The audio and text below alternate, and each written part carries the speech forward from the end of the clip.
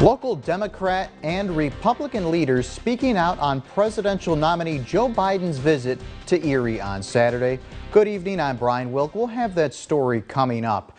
Rescue crews and the U.S. Coast Guard were called to Erie's bayfront for reports of a body floating in the water. Tonight, we're learning more details about the incident. It's continuing coverage tonight at 10 o'clock. City of Erie fire crews, along with several other agencies and the Coast Guard, responded to the area of Don John Shipbuilding around 8 Saturday night. According to the Erie County coroner, the body is that of a black male between 20 to 30 years old. There were no obvious signs of trauma on the victim, as well as no notification. The investigation is ongoing. Fox 66 News is your local election headquarters. Presidential nominee Joe Biden made a stop in Erie on Saturday to deliver a speech about labor and how to boost the economy. This comes just less than a month before the presidential election. Star Bodie spoke to local Democrat and Republican chairmen about their reaction to Biden's campaign. She joins us live in the control room with more. Hi, Star. Hi, Brian. Back in 2016, Erie County went red and Hillary Clinton didn't come during that election. Now with Joe Biden's visit, people are saying that this could take a toll during election time. Democratic presidential nominee Joe Biden making a stop in Erie on Saturday, focusing his speech on jobs and economic growth, an issue Democratic Chairman Jim Wertz believes as timely just weeks before the election. It clearly directed at the people of Erie. It was about jobs, it was about infrastructure, it was about the importance of the people who do the work every day. We hear so much in the political sphere about job creators. His speech surrounded by a small group of people and leaders in Erie County, Biden expressing the importance of improving infrastructure. Republican Party Chairman Veryl Solomon believes Vice President Biden is not putting the residents of Erie County first. How can you come and not talk to the people of Erie County broadly? I know it's virtual and whatever, but you know, an airport rally where everybody's outdoors. Democratic Chairman Jim Wertz says Biden's visit could help weigh in on who people will vote for come election time. We hear a lot about 2016 and the fact that Hillary wasn't here. When we think about yesterday's event, when we think about the fact that Joe Biden made his way here to Erie, that it wasn't just surrogates passing through, I think that does matter to folks who are on the fence. Former Vice President Biden ending his speech by urging everyone to vote. Solomon also tells us he expects President Trump or Vice President Pence to make an appearance before election time. Brian? Thank you, Star. And a few area Democrats had the chance to hear Joe Biden's speech Saturday. Chelsea Swift has their reaction. Select members of the Erie community witnessed Democratic presidential nominee Joe Biden's speech at the Plumbers Local Union training facility. These community leaders say Vice President Biden promises an infrastructure bill. President Trump has failed us. He promised us he would have an infrastructure bill in place in 2016, 17, 18, and 19. We still don't have one. And Joe's going to bring that. He talked about what that means for organized labor. Andre Horton, adding Vice President Biden, also touched on the importance of education at all levels, commending Erie for developing a new community college as the Commonwealth of Pennsylvania hasn't had one for 27 years. He's going to ensure that not one student has to pay one dime and that community college will be free for everyone here in Erie County's new community college. Mayor Joe Schember says former Vice President Joe Biden was specific about his tax plan if he were elected. He said of the Fortune 500, which are the 500 largest companies in the United States, 91 of them didn't pay any tax last year. And he thinks the people making money should be paying some tax. So that's what he's going to make sure happens. And Democratic candidate for state Senate Julie Slomski says Vice President Biden addresses his desire to help the middle class. You know, we deserve better. We deserve better on the state level. We deserve better on the federal level.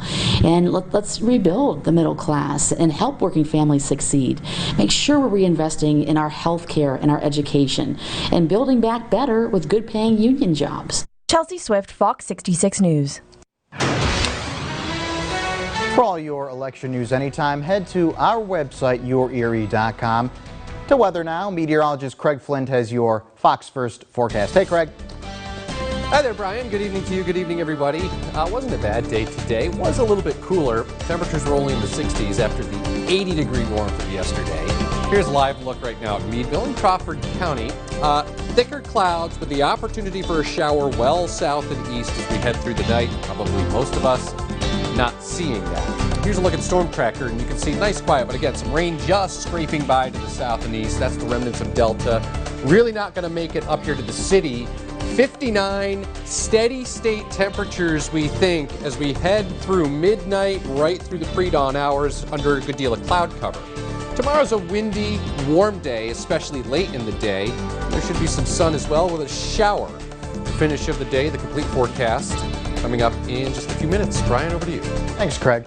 The City of Erie Fire Department responded to a fire on the 300 block of East 8th Street. This was around 1 a.m. Saturday morning.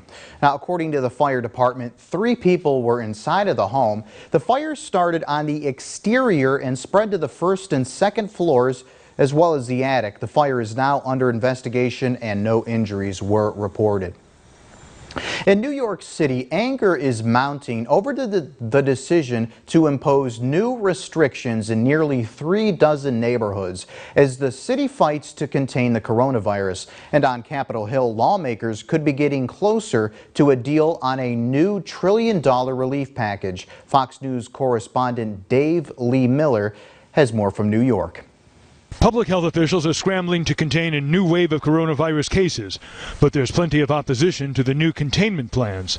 Here in New York, the Catholic Diocese of Brooklyn joining with Jewish groups to sue the governor over restrictions at houses of worship in nearly 3 dozen neighborhoods. Hundreds of schools and businesses also forced to close. The mayor saying it's the only way to contain the virus. It's not fair to these children. It's not fair to these parents. We've shut down stores when needed. We've shut down schools, both public and non-public, when needed. Wherever we need to, we will. Across the country, there are 2 dozen states reporting big spikes in confirmed cases. Hospitals in the Midwest are now being overwhelmed, with Wisconsin among the hardest hit states, reporting record infections this week.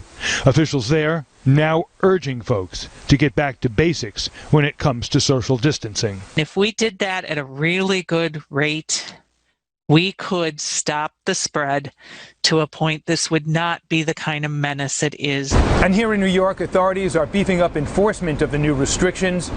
The fine for sponsoring a mass gathering is now $15,000. In New York, David Lee Miller, Fox 66 News.